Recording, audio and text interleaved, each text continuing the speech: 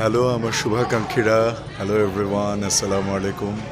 এই মাত্রই বরবাদ দেখে বের হলাম এবং আমার কাছে যেটা আমার ফার্স্ট রিয়াকশন অ্যান্ড ইমপ্রেশন বরবাদ সম্পর্কে, সেটা হচ্ছে বাংলাদেশের ইতিহাসে এরকম বাজেটের ছবি, এরকম প্রোডাকশনের ছবি, এরকম অ্যাকশন, এরকম ভায়োলেন্স, এরকম স্ক্রিন প্লের ছবি আর হয় নাই।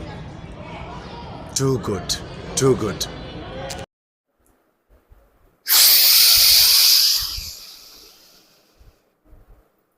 Silence.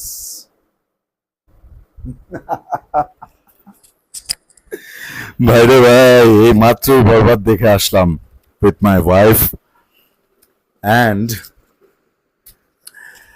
আমি আসলে আজকের রিভিউটা বানাবো হচ্ছে এভাবে, মানে চলতে চলতে, হাঁটতে হাঁটতে রিল্যাক্সলি আমি কথা বলবো, রিভিউটা দিব।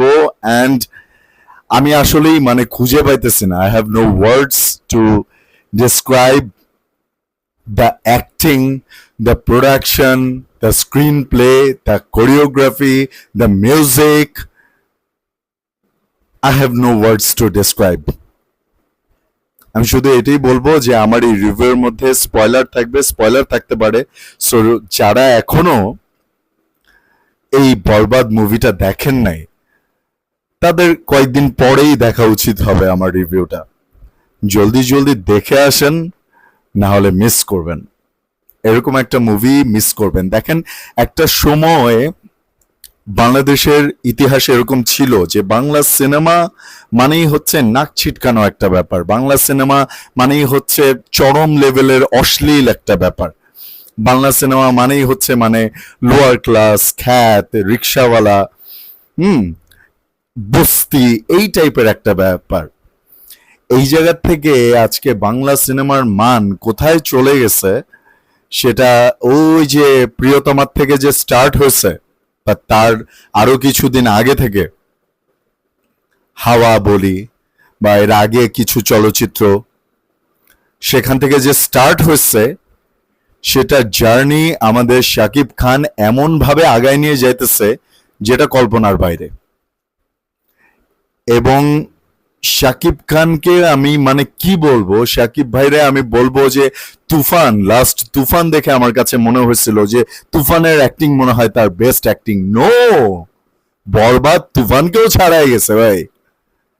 এরপরে সামনে আসতেছে তাণ্ডব, যেটা আবারও প্রডিউস করতেছে আমার কাজিন শাহরিয়ার শাকিল ভাইয়া। শাকিল ভাইয়া তো এবার দাগি নিয়েই আছে, দাগি জঙ্গলি দুইটাই আমি দেখবো কিছুদিন পরে ইনশাল্লাহ।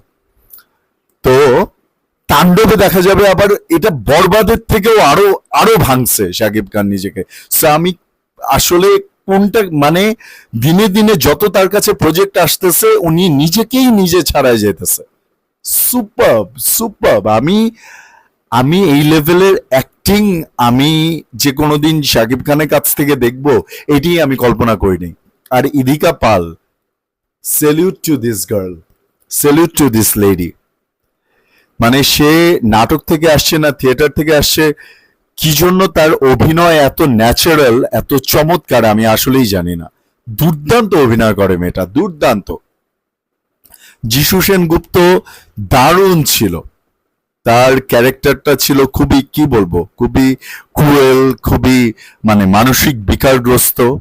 তবে আমার কাছে মনে হয়েছে যে যিশু সেনগুপ্তকে যদি স্ক্রিনের মধ্যে আরো বেশ কিছুক্ষণ রাখা যেত, তার আরো ডায়ালগ, আরো কথাবার্তা অ্যাড করা যেত, শাকিব খানের সাথে মানে আরিয়ান মির্জার সাথে একটা ফেস অফ আরো দেখানো যেত, তাহলে মনে হয় আরো বিষয়টা জমতো। আরো যারা যারা ছিল, ফজলুর রহমান বাবু, মিশা সওদাগর তো দুর্দান্ত অভিনয় করছে। আরো যারা যারা ছিল, জিল্লু, জিল্লু চরিত্রে যে অভিনয় করছে প্রিন্স, তারপরে যে দুষ্টু কোকিলে একজনকে যে গুলি করে, মানব মনে হয় ওনার নাম, ওনারও ক্যারেক্টার ছিল ওই জায়গায়। তারপরে আমাদের মামুনুর রশিদ স্যার ছিল, কাজী হায়াত স্যার ছিল। ওয়াও ম্যান, মানে আমি কি বলবো, মানে জমে পুরা ক্ষীর। ঠিক আছে, আর অ্যাকশন ভায়োলেন্সের কথা বলবো, এই লেভেলের অ্যাকশন, এই লেভেলের ভায়োলেন্স আপনারা বাংলা সিনেমায় দেখেন নাই। So go to theatre and experience Borbaad, তখন আপনারা বুঝতে পারবেন যে বাংলাদেশের প্রথম অ্যাকশন ভায়োলেন্স ফিল্ম কেন বলা হইতেছে, এবং সেটা কোনো রিজন ছাড়া না। এমন না যে আপনি বরবাদ দেখতে গেলেন, বরবাদ দেখতে গিয়ে শুধু অ্যাকশন ভায়োলেন্স, এই কোপাকুপি এইটাই দেখতেছেন। নো, সবকিছুই হচ্ছে একটা রিজনে, এবং একটা স্ট্রং মেসেজ আছে মুভির মধ্যে। পাপের কারণে মানুষের কি হয় এবং পাপ মানুষকে কোথায় থেকে কোথায় নিয়ে যায়, এই মেসেজটা আছে। ভালোবাসা আছে, ফিল আছে, ইমোশন আছে, ক্রেজিনেস আছে, সবকিছু আছে এই মুভিটার মধ্যে। দুর্দান্ত দুর্দান্ত দারুণ একটা মুভি। এই মুভিতে যে গানগুলো, প্রীতম যে দুইটা গান মিউজিক করছে, চাঁদ মামা আর দ্বিধা, দ্বিধা গানটা তো স্ক্রিনের মধ্যে শুনতে চমৎকার লাগতেছিল। আর লাস্টে একদম ক্লাইম্যাক্সের দিকে একটা গান আছে, ওই গানটাও অনেক সুন্দর, মানে আমাদের চোখে পানি চলে আসছে এরকম। ওইটা বললে তো পুরো কাহিনী বলে দেওয়া হবে। আর এই জায়গায় একটু স্পয়লার আছে, যারা শুনবেন তারা একটু মনোযোগ দিয়ে শুনবে। সেটা হচ্ছে হেলিকপ্টার সিন। বলতে কোন সিনটা আমি বুঝাইতেছি আপনারা বুঝতে পারতেছেন নিশ্চয়ই। প্রতি নিঃশ্বাসে নাম তোমার, ওই গানটা চলার সাথে সাথে যে অ্যাকশন ভায়োলেন্সটা দেখানো হয়, এবং ওই সিনটা হেলিকপ্টার থেকে নেমে শাকিব খান যেভাবে বিট করতে থাকে একের পর এক একের পর এক, সাথে সাথে ওই গানটা বাজতে থাকে, তারপর ইদিকার সাথে যে সিনটা হয়, যে ইমোশনটা দেখানো হয়, যে ফিলিংসটা দেখানো হয়, এবং যে ঘটনাটা ঘটে, অবিশ্বাস্য লাগছে দেখতে, দুর্দান্ত লাগছে দেখতে। আরে বাপরে বাপরে বাপ, মজা আ গিয়া ইয়ার, মজা আ গিয়া। মানে আমি কি বলবো, বরবাদ দেখে পুরো আমার পয়সা উসুল তো উসুল। আমার মানে জাস্ট এখনই ইচ্ছা করতেছে আমি এখনই গিয়ে আরেকবার দেখি। সো আর বেশি কথা বলে আসলে মানে আমি পুরাই মানে টোটাল একটা আবহের মধ্যে আছি। I have tears in my eyes, and আমি সবকিছু এক্সপিরিয়েন্স করছি। আমরা সবকিছু এত সুন্দরভাবে দেখানো হয়েছে। অ্যান্ড আমি প্রডিউসারদেরকে বলবো, এই যে আজিম হারুন আর শাহরিন আক্তার সুমি, আপনারা যেই ডিফিকাল্টিজ ফেস করছেন না কেন, আপনারা বাংলাদেশে এই ভালো মুভি বড় বাজেটে বানানোর উদ্যোগ আপনারা নেন, বুঝছেন? মানে এরকম একটা মুভি এত, মানে এরকম বাজেট যদি খরচ না করা হতো, সেটা আউটকামটা কি আসছে? আউটকামটা আসছে দুর্দান্ত, অ্যামেজিং। সবাই বলতেছে কি, আমিও বলতেছি যে বাংলাদেশের চলচ্চিত্রের ইতিহাসে এখন পর্যন্ত এই লেভেলের কোনো মুভি হয় নাই, এই লেভেলের কোনো মুভি হয় নাই। তুফানের বাপ এটা, এরকম লাগছে দেখতে। 15 কোটি টাকা এই মুভির বাজেট।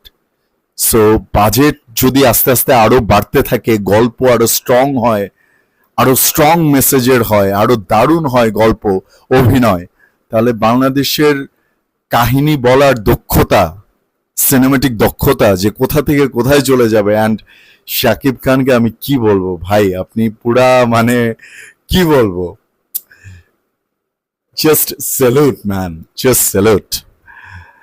যাই হোক, এই ছিল বরবাদ নিয়ে আমার রিভিউ।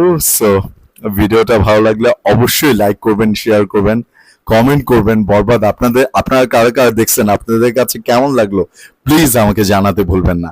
অ্যান্ড এই ভিডিওটাতে আমি প্রচুর পরিমাণে ভিউজ চাই, কমেন্ট চাই, যাতে আমি ইন্সপায়ার্ড হই বাকি দুইটা ছবির রিভিউ নিয়ে আসার জন্য, এবং আমি আরো সুন্দর সুন্দর ভিডিও নিয়ে আসতে পারি, আমি যাতে কাজ করার ইন্সপিরেশনটা পাই। সেই জন্য আমাকে সাপোর্ট করবেন প্লিজ, প্লিজ সাবস্ক্রাইব করবেন। অনেক ভিউজ চাই, অনেক কমেন্ট চাই। হ্যাঁ, আর বরবাদ নিয়ে তো যা বলার বললামই, অনেক ভালো লেগেছে।